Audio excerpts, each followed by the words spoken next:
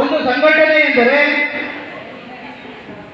ನಾಡು ನುಡಿ ಜಲದ ಬಗ್ಗೆ ಹೋರಾಟ ಮಾಡತಕ್ಕಂಥದ್ದಲ್ಲ, ಅದನ್ನು ಹೊರತುಪಡಿಸಿದ ಒಂದು ವ್ಯವಸ್ಥೆ ಇದೆ, ಅದನ್ನು ರೂಪಿಸಬೇಕು, ಅದನ್ನು ಕಾರ್ಯಗತಗೊಳಿಸಬೇಕು ಅಂತಕ್ಕಂಥ ಪಟ್ಟಿದ ಒಂದು ಸಂಘಟನೆ.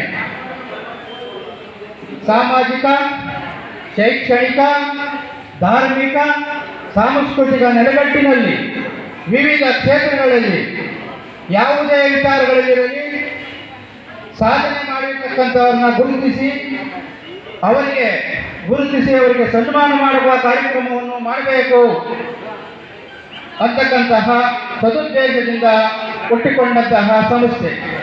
ಅದು ಇಂದು ಯಶಸ್ವಿಯಾಗಿದೆ ಅಂತಕ್ಕಂಥದ್ದು ನನ್ನ ಮನಸ್ಸಿನಲ್ಲಿ ಬರ್ತಾ ಇದೆ. ಅದಕ್ಕೆ ನಾವು ಚಂದ್ರು ಅವರಿಗೆ ಧನ್ಯವಾದಗಳನ್ನ ಹೇಳ್ತೇವೆ. ಯಾವ ರೀತಿ ಅಭಿಮಾನಿಗಳನ್ನ ದೇವರು ಅಂತ ಕರೆದ್ರು, ಅದೇ ಅಭಿಮಾನಿಗಳು ಇಂದು ಪುನೀತ್ ರಾಜ್ಕುಮಾರ್ ಅವರನ್ನ ಮನೆ ದೇವರಾಗಿ ಪೂಜಿಸಿದ್ದಾರೆ. ಕಾರಣ ಅವರಲ್ಲಿರ್ತಕ್ಕಂತಹ ಮಾನವೀಯ ಮೌಲ್ಯ, ತತ್ವ, ಸಿದ್ಧಾಂತ ಹಾಗೂ ಕೊಡುಗೈ ದಾನಿ. ಇವತ್ತು ಒಂದು ಸಣ್ಣದೇನ ಕಿಟ್ಕೊಟ್ರು ಸಾಲಕ್ಕೂ 3 ಫೋಟೋ ಹೊಡೆಸ್ಕೊತಾರೆ.